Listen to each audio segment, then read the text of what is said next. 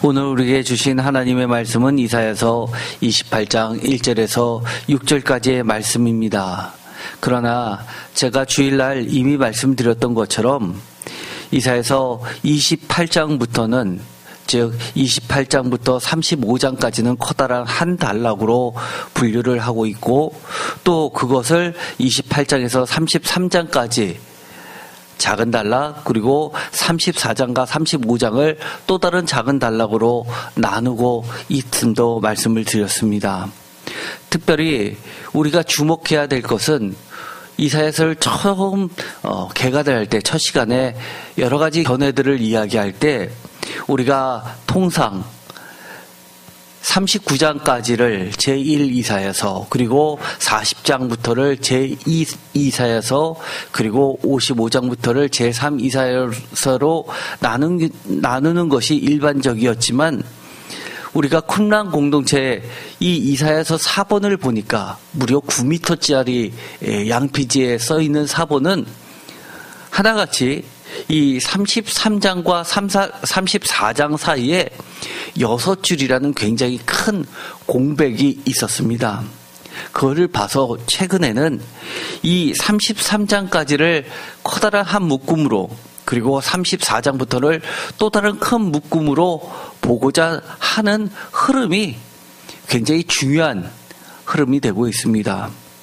그것을 놓고 보면 28장에서부터 33장과 34장과 35장이 많은 부분에서 서로 대꾸를 이루고 있다. 그리고 여러 가지 주제들이 반복되고 있다라고 하는 것들은 우리에게 시사해주는 바가 매우 큽니다. 어떻게 보면 이사야서 전체의 일부를 33장까지 끝내면서 28장에서부터 33장까지 있었던 이야기를 새롭게 2부를 시작하면서 34장에서 35장 2장에 걸쳐서 이것을 요약해 놓은 듯한 인상을 주기 때문입니다.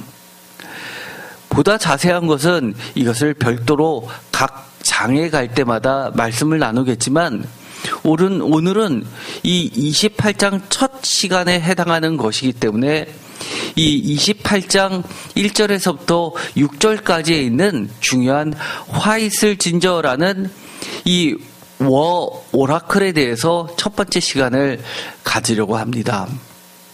오늘 28장 1절을 보면 이렇게 되어 있습니다.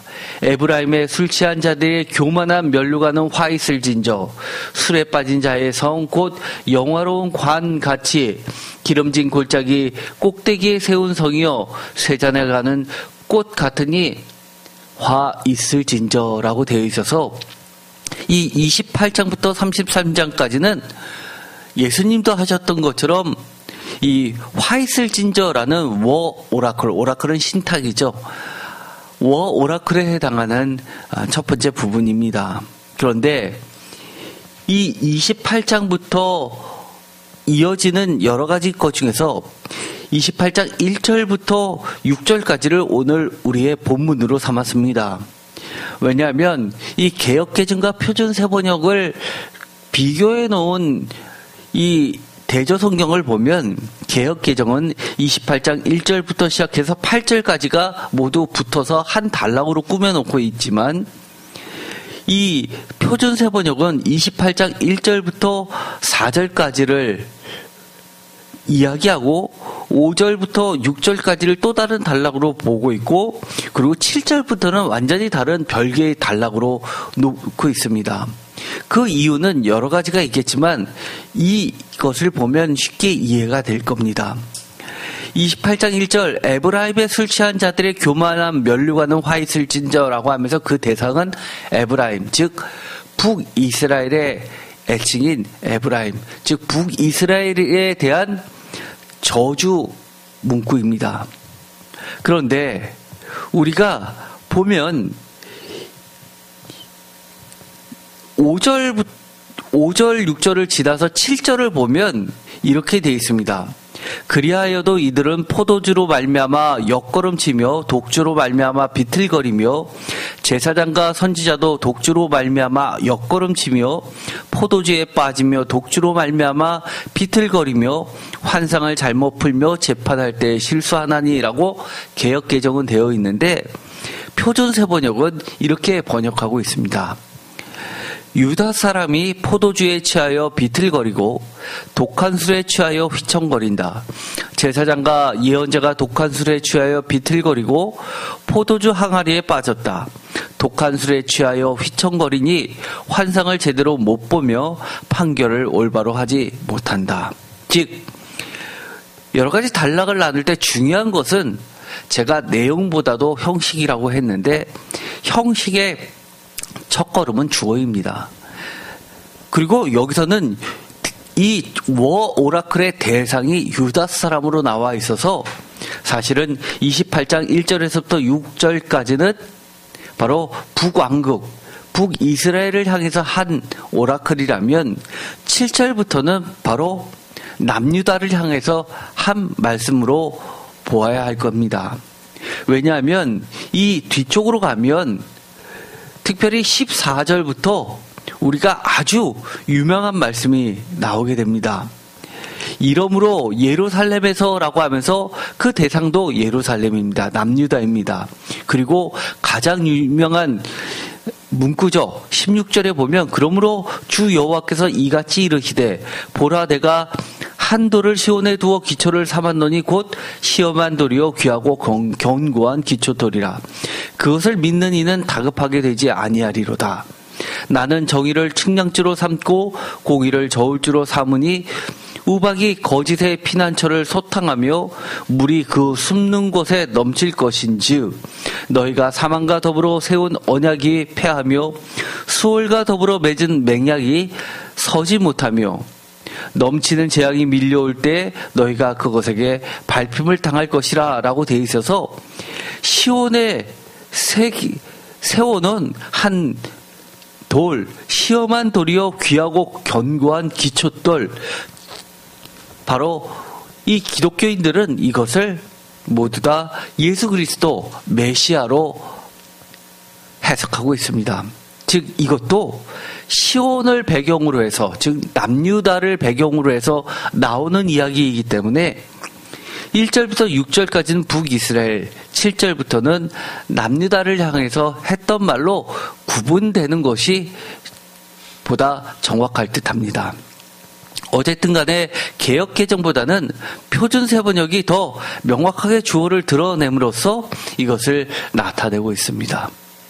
우리가 블로그에는 제가 이사야서 24장 1절에서 20절과 신명기 27장 28장의 저주와 비교해 놓은 여러 가지 것들을 적어 놓았는데 이것은 여러분들이 참조하시고 구약에서 더 나아가서 신약에서 이야기하는 이 저주 문구들이 사실은 배경이 되는 것은 신명기를 기초로 해서 계속해서 선지서, 더 나아가서 예수님의 복음에도 이것들이 스며들어 있다는 것을 알 수 있게 됩니다. 이것은 제가 별도로 다시 설교를 하도록 하겠습니다. 어쨌든 간에 이사야서 28장에서 33장까지 있는 화이슬진저라는 오라클은 여러 가지 재앙과 구원을 이처럼 분리하지 않고 짝을 이루면서 계속해서 이야기를 합니다. 예를 들어서 오늘 본문도 28장 1절에서 4절까지는 재앙, 워에 대해서, 저주에 대해서, 저주 문구에 대해서 이야기를 하고 28장 5절에서 6절은 셀베이션, 구원에 대해서 이야기합니다. 마찬가지로 29장 1절에서 4절은 재앙, 29장 5절에서 8절은 구원, 29장 15절 16절은 재앙, 29장 17절 24절은 구원, 이런 식으로 이렇게 재앙과 구원, 화와 복이 같이 놓여있는 구조로 되어 있다는 것을 기억할 필요가 있습니다. 하나씩 보도록 하겠습니다. 에브라임에 술 취한 자들의 교만한 면류관이라고 나와 있는데 이 28장 1절에서부터 6절까지의 본문에 가장 키워드가 나오게 됩니다. 그 키워드는 학자들이 공통적으로 이것은 면류관이라고 이야기합니다. 그 뒤에 보면 화관이라는 말도 나오게 되는데 이 면류관과 화관은 분명하게 히브리어로 다른 단어를 쓰고 있어 구분은 되나 이것을 시적인 표현으로 본다면 대꾸로 해서 사실 같은 이 면류관, 영광의 면류관에 해당하는 것이라고 볼 수 있습니다. 이사야서 전체에서 면류관이라고 검색을 하면 모두 5건이 나오는데 이 한 건은 두로와 시돈에 관련된 이야기에서 나오고, 즉 두로와 시돈의 이 상인들이 자기들이 정복한 식민지에 그 현지 왕들을 세울 때 면류관을 씌운다는 이야기가 나오고, 나머지 4개는 모두 이 28장에 대거 집중되어 있습니다. 그 정도로 이 28장 1절에서 6절까지는 중심이 되는 키워드가 면류관입니다. 이것을 놓고 이 본문을 이해할 수는 없습니다. 그러면서 이 면류관이 2종류가 있는데, 하나는 에브라임의 교만한 면류관이요, 또 하나는 하나님께서 씌워주시는 면류관인데, 다른 것이 아니라 바로 5절과 6절에 나와 있는 이 유명한 말씀이 있습니다. 그날에 만군의 여호와께서 자기 백성의 남은 자에게 영화로운 면류관이 되시며 아름다운 화관이 되실 것이라. 재판석에 앉은 자에게는 판결하는 영이 되시며 성문에서 싸울 물리치는 자에게는 힘이 되시리로다 라고 하면서 28절에 있는 이 술 취한 자들의 교만한 면류관이 바로 판결을 제대로 하지 못하는 것과 대조를 시키면서 하나님이 씌워주시는 면류관은 어떤 특징을 갖고 있냐면 바로 여호와께서 직접 면류관이 되시는 특징을 갖고 있습니다. 그래서 우리가 이 본문을 읽으면서, 말씀을 읽으면서 정말 놓쳐서도 안 된 가장 중요한 것, 과연 내가 이 세상에 살면서 어떠한 면류관을 향해서 인생을 걸고 달려가고 있는지, 내가 하나님을 믿는다고 하면서 내 마음은 세상의 그 교만한 면류관을 쓰고 싶으면서도 겉으로는 거룩한 적 하나님의 면류관, 하나님이 직접 면류관이 되시는 그 면류관은 바라보지 않는지를 우리가 스스로 점검해 봐야 됩니다. 하나님이 우리에게 면류관을 직접 써주시면서 하나님이 면류관이신데도 불구하고 그 면류관을 우리가 하찮게 여겼다면 우리는 어떤 대상입니까? 사실은 남은 자들이 아니라, 하나님의 거룩한 백성 성도들이 아니라 바로 교만한 면류관을 쓰고 있는 화 있는 자들일 뿐입니다. 사실 이 하나님이 직접 씌워주시는 그 면류관, 하나님이 직접 면류관이 되시는 그 면류관은 사실은 세상 사람들이 쓰고 싶지 않은 면류관입니다. 대표적으로 무엇이 있을까요? 지금이 사순절 기간이죠. 예수님이 쓰셨던 가시 면류관, 십자가에 달려 돌아가시면서 피를 흘리시면서 쓰고 계셨던 그 가시 면류관. 어떻게 보면 우리는 그 누구도 예수님이 쓰셨던, 예수님이 직접 면류관이시고 하나님이 직접 면류관이신 그 가시 면류관은 우리가 얼마나 커버하고 있는지요. 오늘의 이 말씀을 통해서 사순절 기간을 통해서 우리가 깊이 묵상해 보았으면 좋겠습니다. 먼저 에브라임의 술 취한 자들의 교만한 면류관은 화이슬진저라고 이야기하는데, 도대체 북이스라엘의 면류관을 쓴 자들이 왜 술 취한 자들의 교만한 면류관이라고 했을까라는 부분입니다. 사실 이 이사야서 28장은 많은 학자들이 이것은 북이스라엘이 아수르에게 멸망당하기 직전에 최대로 호황을 누렸던 그런 시대였을 것으로 추정하고 있습니다. 그래서 화 있을진저라고 하면서 심판을 선언하자 아수르에서 얼마 안 있어서 북이스라엘이 주전 721년에 멸망하게 되었던 예언이라고 보고 있습니다. 우리가 아모스서 잘 아실 겁니다. 아모스서를 보면 여로보암 2세 때가 나오는데 여로보암 2세는 그야말로 북이스라엘에서 가장 번성하고 부흥기를 이뤘던 왕입니다. 아모스에서 보면 북이스라엘의 초호합한 향락 생활이 드러나게 됩니다. 상하궁전도 나오지요. 온갖 호화로운 그 북왕국이 왜 갑자기 멸망했을까가 수수께끼였지만 고고학을 통해서 지진에 의해서 멸망했다는 것을 알게 되었습니다. 지금도 특별히 터키를 비롯해서 이 팔레스타인을 흐르는 관통하고 있는 이 대륙은 지진에 매우 취약한 구조입니다. 그래서 순식간에 멸망할 수 있다는 국가의 세력이 크게 쇠퇴할 수 있는 한순간의 재앙이 바로 지진이었다는 것을 우리가 알 수 있습니다.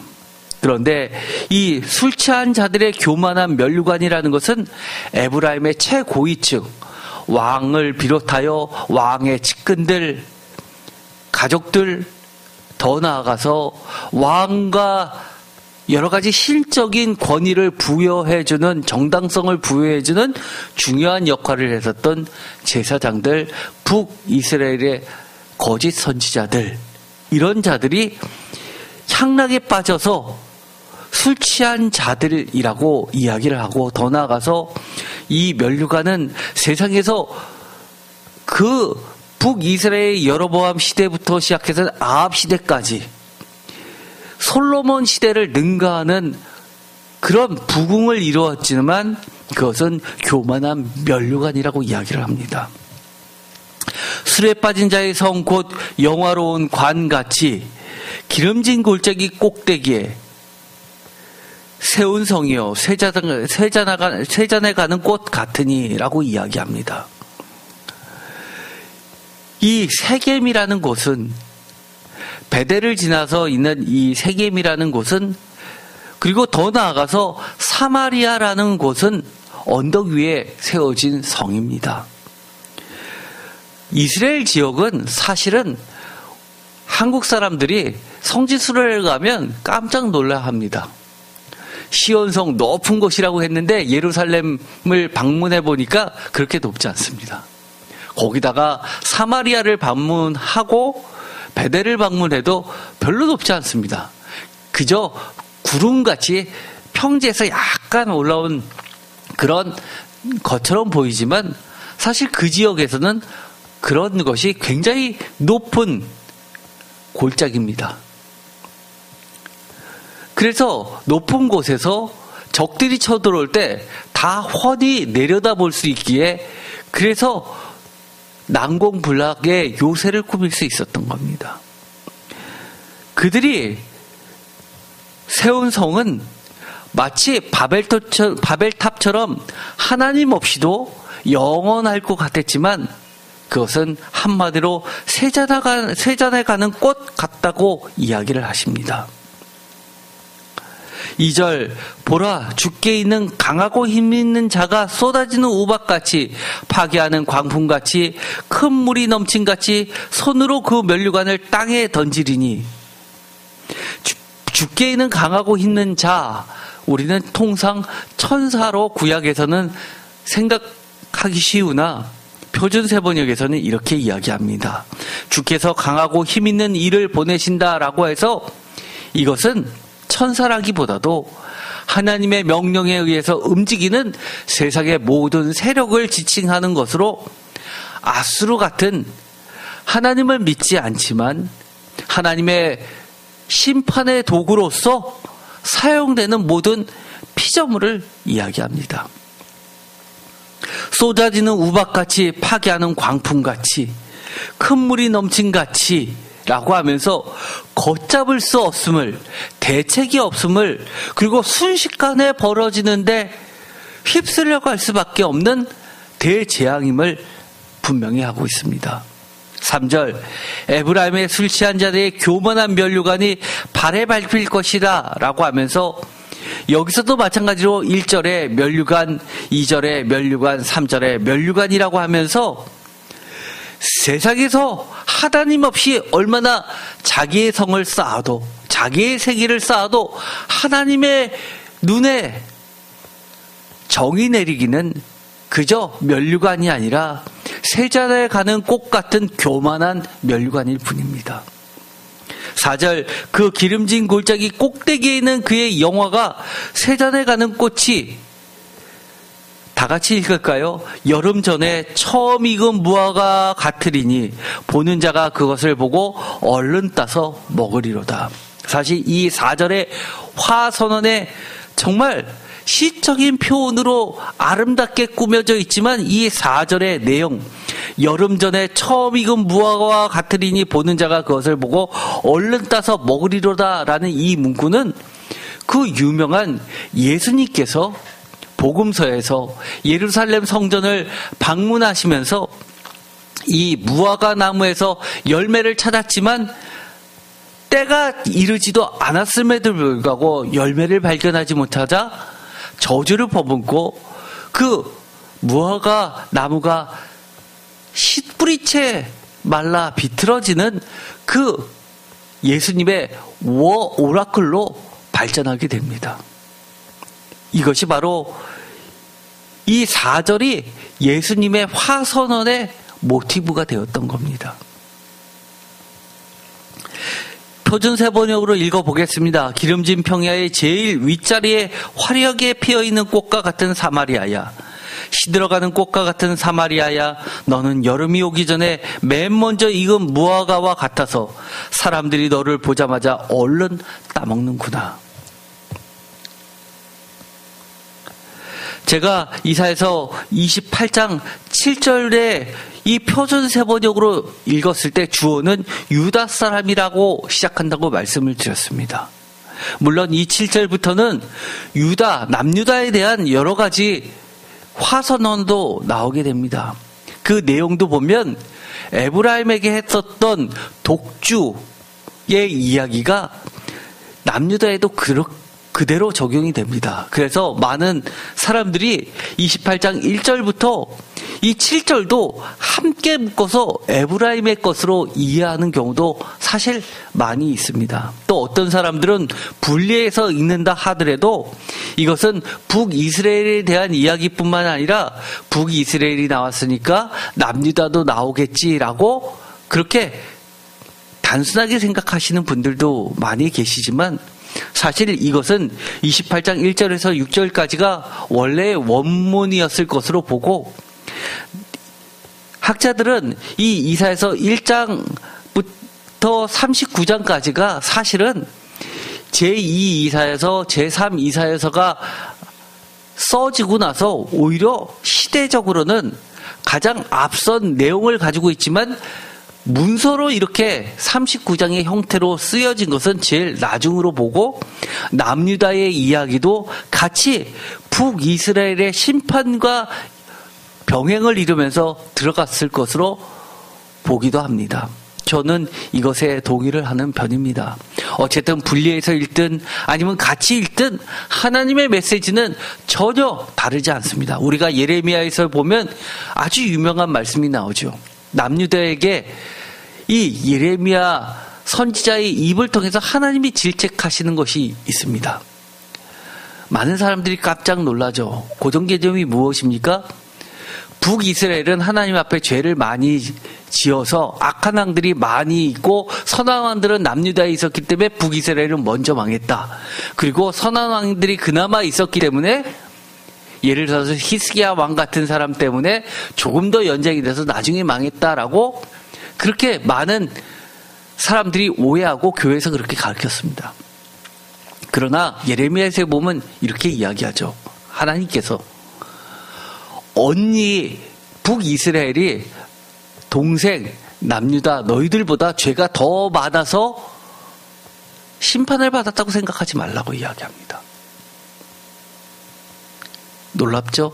즉 남유다도 북이스라엘 못지않게 하나님 눈에 보았을 때는 매우 죄가 많았습니다. 그럼에도 불구하고 사랑하는 북이스라엘의 멸망을 먼저 하나님께서 심판하시면서 남유다에게 타산지석으로 삼으면서 회개할 기회를 다시 한번 주신 겁니다. 사실은 똑같습니다. 7절 그리하여도 이들은 포도주로 말미암아 옆걸음치며, 어떻게 보면 이 그리하여도라는 것은 북이스라엘의 하나님의 심판에도 불구하고 이들은 남유다는 포도주로 말미암아 옆걸음치며 독주로 말미암아 비틀거리며, 제사장과 선지자도 독주로 말미암아 옆걸음치며 포도주에 빠지며 독주로 말미암아 비틀거리며 환상을 잘못 풀며 재판할 때 실수하나니. 이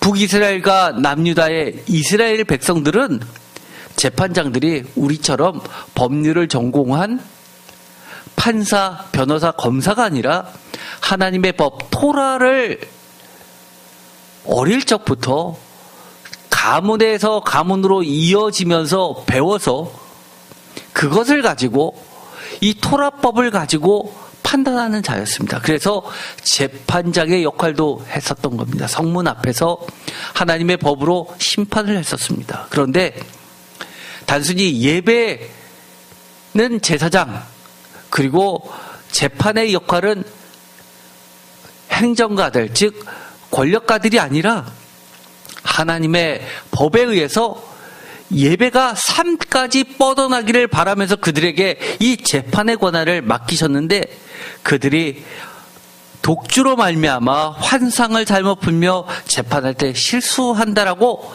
질책하고 계십니다. 어떻게 보면 이것은 그들의 문제일까요?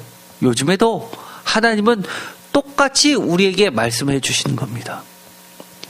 기독교인들에게 하나님은 내가 이렇게까지 많은 예를 들어서, 많은 사례들을 들어서 너에게 하나님의 법을 가르쳐 줬는데, 너희들이 포도주와 독주는 안 마신다 하더라도 세상에 혼탁한 이론으로 가지고 하나님의 법을 흐트러뜨리면서 세상이 썩어가는데 소금과 빛의 역할을 감당하지 못하면서 하나님의 법을, 하나님의 정의를 잘못 풀며 실수한다라고 질책하실 수도 있는 겁니다.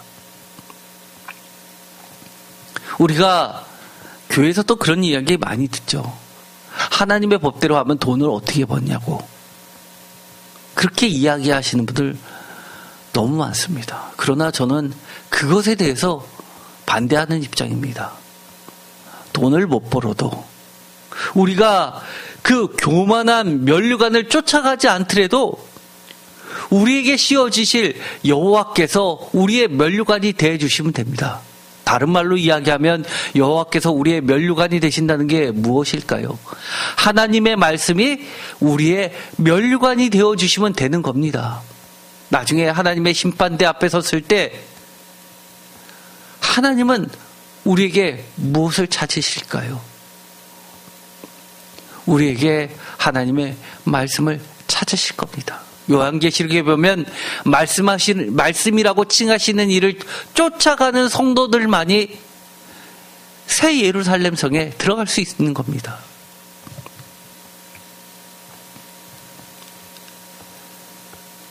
이사야서 28장 2절에 보라, 주께 있는 강하고 힘있는 자가 쏟아지는 우박같이 파괴하는 광풍같이 큰 물이 넘친같이 손으로 그 면류관을 땅에 던지리니라고 힘에 대해서 이야기하는데, 이 힘은 28장 6절에는 재판석에 앉은 자에게는 판결하는 영이 되시며 성문에서 싸움을 물리치는 자에게는 힘이 되시리로다 라고 하면서, 이 힘은 결국 여호와 하나님의 구원과도 바꿀 수 있는 그런 단어이기도 합니다. 힘이 무엇이냐, 면류관이 무엇이냐라고 했을 때 면류관은 곧 판결하는 영이요 힘이라고 이야기하고 구원이라고도 이야기하시는 겁니다. 이사야서 30장 15절에는 좀 더 명확하게 구원과 힘을 나란히 놓고 있습니다. 주 여호와 이스라엘의 거룩하신 이가 이같이 말씀하시되 너희가 돌이켜 조용히 있어야 구원을 얻을 것이요 잠잠하고 신뢰하여 힘을 얻을 것이거늘 너희가 원하지 아니하고. 구원, 이것을 A라고 하면 B, 식구에서 대꾸를 이루는 것은 바로 힘입니다. 그래서 여기서 중요한 것은 하나님께서는 우리에게 믿음으로 구원과 힘이 되어 주신다고 이야기를 하는 겁니다. 우리가 어떤 힘을 의지해야 합니까? 왜 우리가 여호와께서 우리의 면류관이 되시는 그 면류관을 우리가 바라보고 써야 합니까? 그것은 하나님이 우리의 힘이 되어 주셔서 악의 싸움을 물리치는 힘이 되기 때문입니다. 세상을 판결하는, 즉 내가 세상에 살면서 이것을 해야 하는가 말아야 되는가 판단하는 선과 악을 구분하는, 진리와 비진리를 구분하는 힘이 되기 때문입니다. 이사야서 10장 13절에도 힘을 지혜로 바꿔서 이야기합니다. 이사야서 12장 2절에는 하나님은 나의 구원이시다. 주 여호와는 나의 힘이시며 나의 노래이시며 나의 구원이시다라고 하면서 하나님의 구원은 하나님의 힘이요 나의 노래이요 나의 구원이라고 이야기를 합니다. 이 밖에도 여러 가지 것들이 이사야서는 계속해서 힘에 대해서 이야기를 합니다. 이사야서 40장 31절 우리 세임교회의 이름이 되었죠. 오직 여호와를 앙망하는 자는 세임을 얻으리니 독수리가 날개치며 올라간 같을 것이요 다름질하여도 곤비하지 아니하겠고 걸어가도 피곤하지 아니하리라. 우리는 도대체 어떤 힘을 얻어야겠습니까? 다르게 이야기하면 이사야서 28장의 표현대로 하면 여호와가 우리의 면류관이 되시는 힘입니다. 이사야서 28장 4절은 굉장히 유명한 말씀이라고 말씀을 드렸습니다. 그 기름진 골짜기 꼭대기에 있는 그의 영화가 세잔에 가는 꽃이 여름 전에 처음 익은 무화과와 같으리니 보는 자가 그것을 보고 얼른 따서 먹으리로다. 이 무화과라고 하는 것은 사실은 성경에서 매우 중요한 나무입니다. 사실 이 무화과는 포도나무와 같이 번영을 이야기하고 축복을 상징합니다. 그런데 이처럼 저주 화선언에서는 무화과 이 나무의 열매는 심판의 징조로도 나타내고 있습니다. 신약 예수님의 기적과 비유에도 이 두 가지가 공존합니다. 심판의 징조와 또 하나는 열매, 구원의 열매, 축복의 열매로 등장합니다. 예를 들어서 이런 겁니다.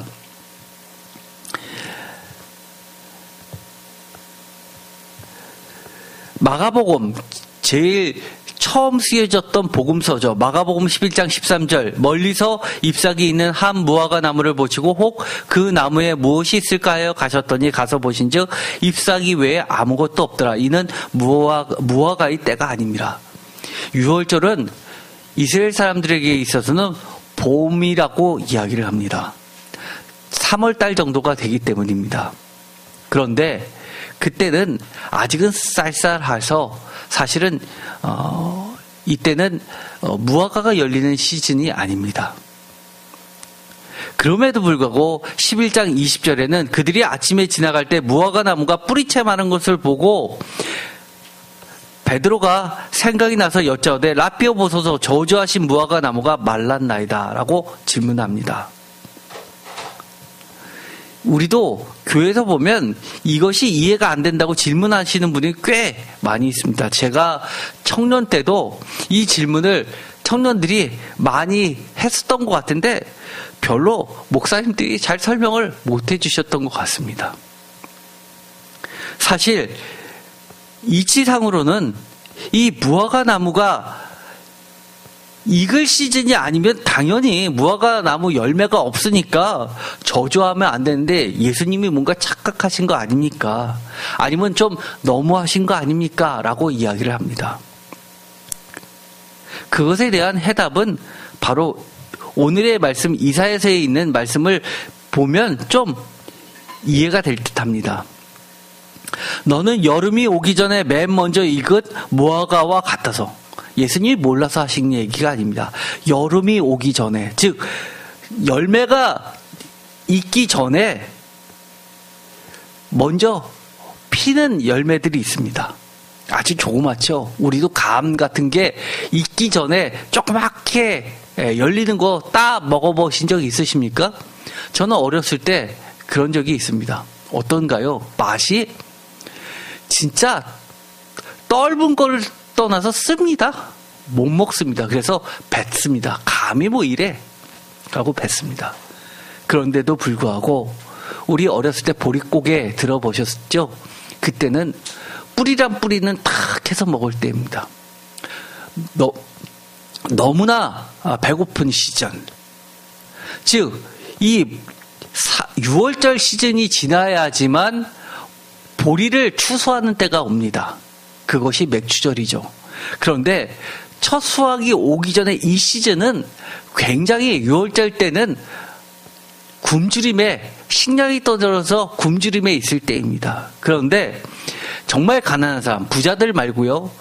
일용직 노동자들, 그 다음에 잘 먹지 못했던 목동들, 이런 사람들은 여름이 오기 전에 맨 먼저 익은 무화과를 보면 얼른 따먹어서 배고픔을 달랬습니다. 그래서 맨 먼저 익은 무화과와 같아서 사람들이 너를 보자마자 얼른 따먹는구나 라고 이야기를 합니다. 그러면 이해가 되시죠? 그런데 이 문구는 어디에 들어온 문구입니까? 28장에 있는 가장 화려하고 번성하고 사람들이 모두 다 부러워하는 이 면류관을 썼을 때 그것을 교만한 면류관이라고 하면서 화 있을진저라고 저주를 하나님께서 퍼부으실 때, 선언하실 때 나왔던 이야기입니다. 즉 축복의 상징인 이 무화과가 저주의 표상이 되고 있다는 이야기입니다.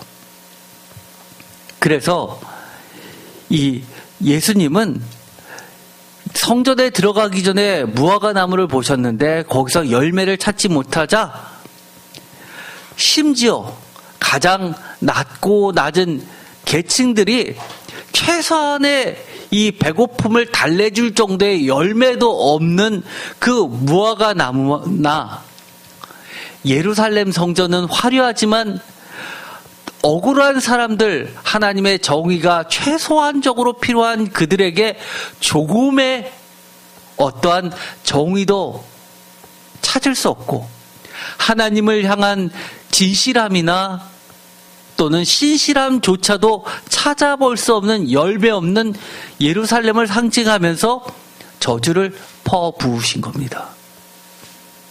예수님이 있었던 시대의 예루살렘 성전은 헤롯 성전은 그야말로 너무너무 화려했던 성전입니다.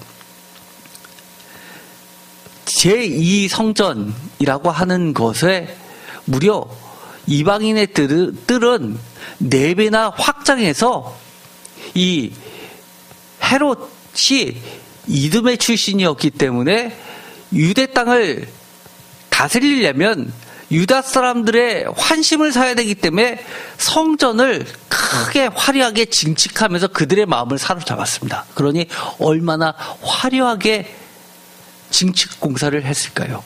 그런데 그 화려함에 비해서 정말 하나님 앞에서는 조금의 믿음이나 신실함과 정의도 없으면서 그저 이 세상의 교만한 면류관을 바라보고 스스로 바벨탑을 이어가는 것을 보면서 이 이사야서 28장에 있는 에브라임의 술 취한 자들의 교만한 면류관을 저주했던 것과 마찬가지로 저주했었던 사건입니다.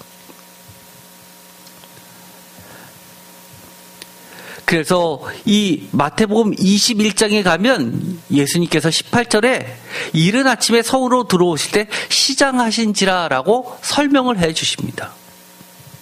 그러면서 이제부터는 영원토록 내가 열매를 맺지 못하리라 라고 하면서 이 무화과 나무가 잎사귀 밖에 아무것도 찾지 못한, 열매를 찾지 못한 무화과 나무를 저주하시는 겁니다.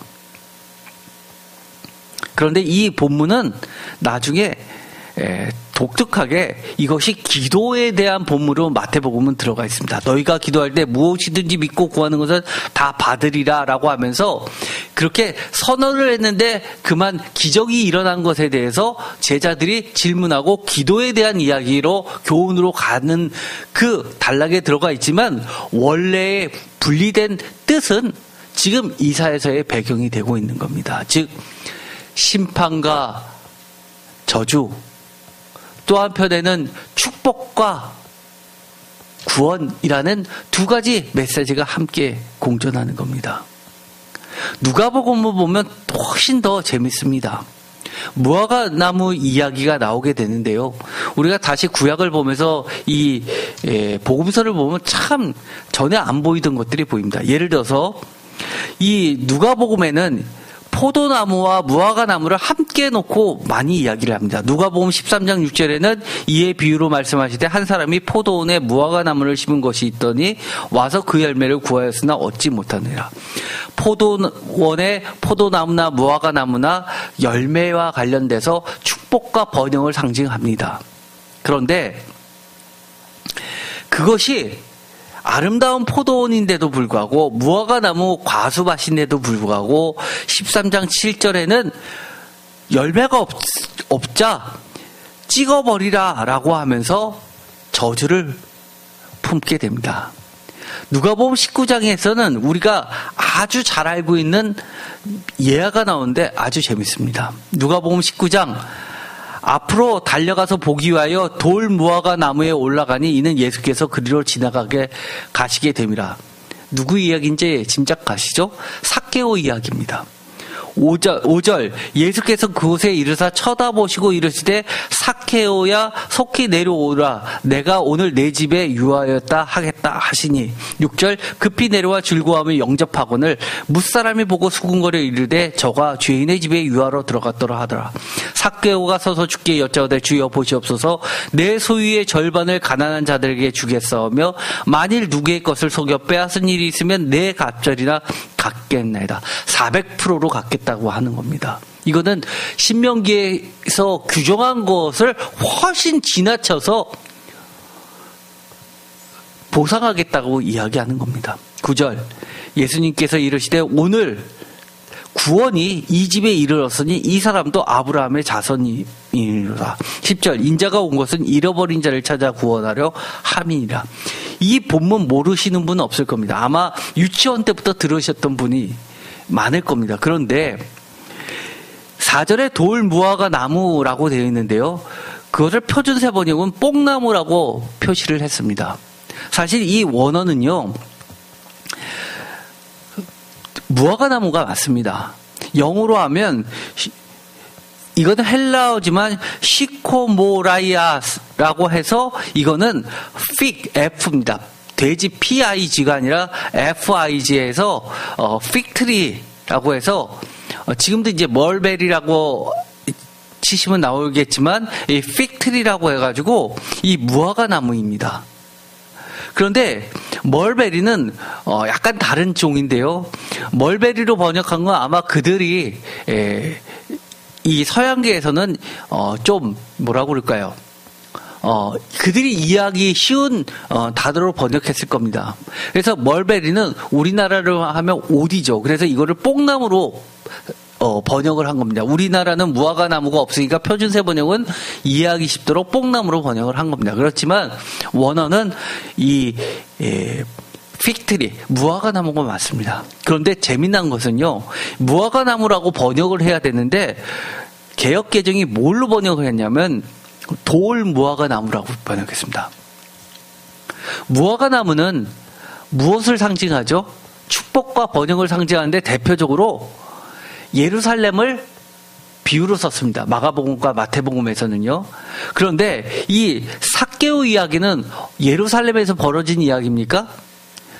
예루살렘으로 들어오기 전에 여리고에서부터 올라오면서 발생한 사건입니다. 왜냐하면 예루살렘은 여리고에서부터 언덕을 통해서 산으로 구릉이 위에 있으니까 산처럼 이래서 위로 올라가면 예루살렘이 나오게 됩니다. 그래서 이쪽 그 여리고에서부터 올라가는 이쪽에 도둑이 많았기 때문에 예를 들어서 이 선한 사마리아인의 비유도 예루살렘으로 순례를 떠나는데 여리고에서부터 도둑을 맞는 그런 이야기가 나왔죠. 그런데 여기를 돌무화과 나무라고 번역을 하면서 예루살렘보다도 못한 무화과, 들에 피는 그야말로 품질이 상품성이 떨어진 무화과 나무, 즉 돌무화과 나무라고 상징적으로 이야기를 하시는 겁니다. 그런데 이 이야기를 들어보면 가끔 그러시는 분이 있습니다. 왜 갑자기 무화과 나무 얘기가 나와요? 그냥 나무에 올라가면 되지 라고 물으시는 분이 있는데 이것은 이 이사야서를 보면 하나의 상징입니다. 돌무화과 나무에 올라가 있는 삭개오가 결국은 무엇으로 결론이 납니까? 급히 내려와 즐거움을 영접하는 구원으로 이르게 되고 구원받은 자의 열매가 구체적으로 드러나서 아브라함의 자손이 됩니다. 즉, 이 배경이 내는 돌무화과 나무라고 하는 것은 매우 중요한 역할을 하는데 바로 오늘 28장에서 이야기하는 것처럼 하나님이 찾으시는 열매에 해당하는 것이라고도 할 수 있는 겁니다. 그래서 어떻게 보면 이 구원은 하나님께서 이야기하시는 여호와께서 친히 면류관이 되신다라고 하는 이 이야기는 결국은 우리에게 구원과 힘을 찾고 계시고 하나님만이 우리의 구원이라고 하는 이들에게 하나님께서 직접 힘이 되어주시는 열매로 나타나게 되는 겁니다. 그러면서 인자가 온 것은 잃어버린 자를 찾으러 구원하려 함이니라 라고 말씀을 해주십니다. 예를 들어서 요한복음 같은 경우에서는 이 무화과 나무 이야기가 좀 다르게 나오죠. 예를 들어서 나다니엘 사건에서 나오게 되는데요. 이 나다나엘 요한복음 1장에 보면 48절에 나다나엘이 이르되 어떻게 나를 아시나이까 예수께서 대답하여 이르시되 빌립아 너를 부르기 전에 내가 무화과 나무 아래에 있을 때 보았노라. 무화과 나무가 옵니다. 이 49절 나다나엘이 대답하여 라비여 당신은 하나님의 아들이시오 당신은 이스라엘 임금이로소이다. 50절 예수께서 대답하여 이르시되 내가 너를 무화과 나무 아래에서 보았다 하므로 믿느냐 이보다 더 큰 일을 보리라. 이것도 보면 어떻게 열매와 구원으로 연관시킬 수도 있겠지만 사실 이거는 약간 다릅니다. 스가랴서 3장 10절에 있는 말씀을 배경으로 하고 있는 겁니다. 그래서 이사야서 말씀보다는 9절 스가랴서 3장 9절 만군의 여호와가 말하노라 내가 너 여호수아 앞에 세운 돌을 보라 한 돌에 7눈이 있느니라. 마치 요한계시록에 7눈이 나오죠. 온 세상을 감찰하는 눈입니다. 내가 거기에 새길 것을 새기며 이 땅의 죄악을 하루에 제거하리라. 표준세 번역은 내가 이 땅의 죄를 하루 만에 없애겠다는 글을 새긴다 라고 번역합니다. 10절입니다. 만군의 여호와가 말하노라 그날에 너희가 각각 포도나무와 무화과 나무 아래로 서로 초대하리라 하셨느니라. 이 10절의 말씀을 가지고 예수님께서는 이 나다나엘을 빌립을 통해서 초청하시는 겁니다. 구원으로 초청하시는 겁니다. 이 포도나무와 무화과 나무에서 서로 초청하는 시대, 평화의 시대입니다. 평화의 시대는 어떤 시대입니까? 하나님께서 한 돌을 세우셔서 이 메시아, 하나님의 영으로 다 가득 찬 메시아가 다스리시는 여호와의 샬롬과 축복과 정의가 다스리는 이 메시아 시대를 상징하고 있습니다.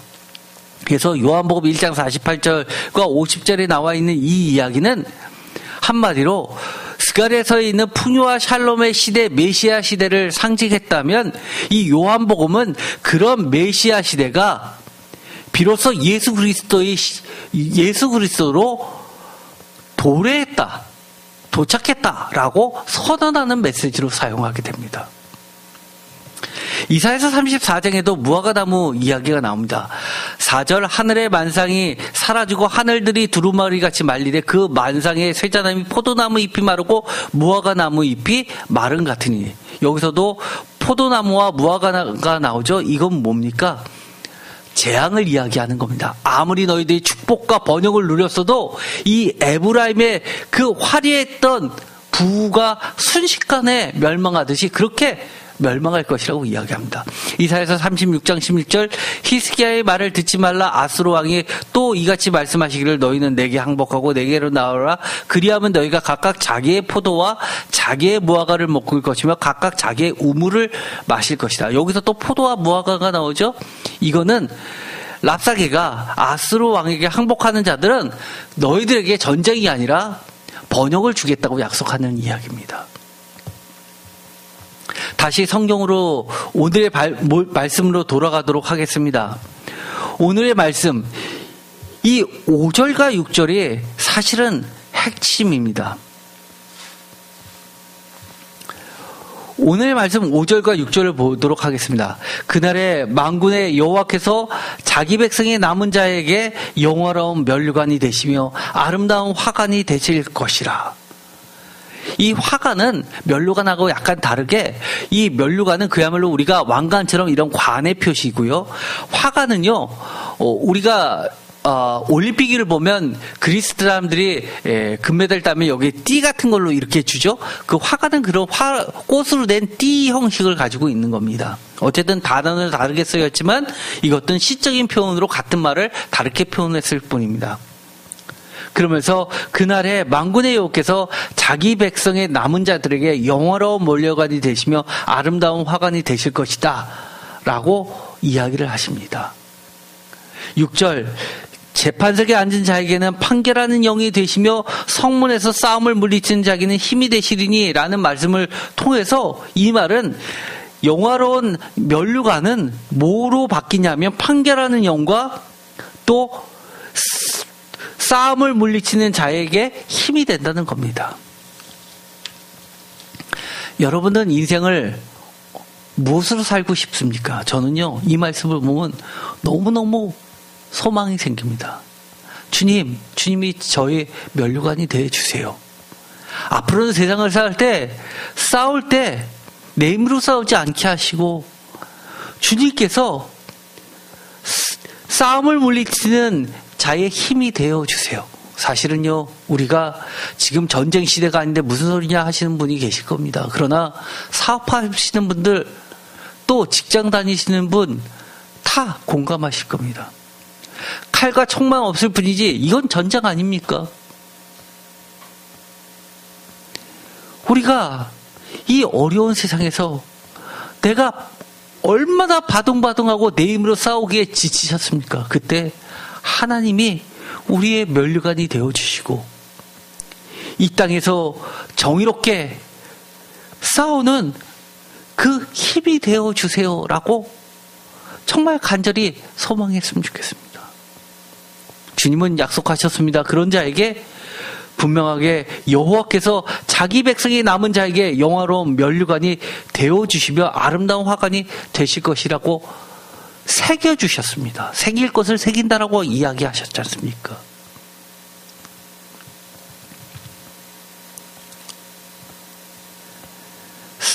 이런 자들이요, 많을 것 같습니까?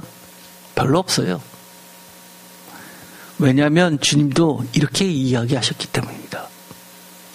자기 백성의 남은 자에게, 내가 지금 하나님 믿는다고, 예수님 믿는다고 해서 자기 백성의 남은 자일 것 같습니까? 많은 사람들이 하나님의 면류관도 아닌 면류관을 그걸 쓰고선 내가 마치 하나님의 면류관을 쓰고 있는 것처럼 착각하면서 사는 자들이 대부분이라는 겁니다. 그런 자들에게 하나님은 이렇게 이야기하시는 겁니다. 내가 판결하는 영이 되어주신다. 하나님의 영으로 다시 한번 보라는 겁니다. 내가 지금 쓰고 있는 영이, 내가 지금 쓰고 있는 면류관이 어떤 면류관인지. 내가 지금 당장 내 주머니에 돈이 안 들어온다고 가난한 자입니까? 아니요, 저는 그렇게 보지 않습니다. 하나님은 이렇게 이야기하시는 겁니다.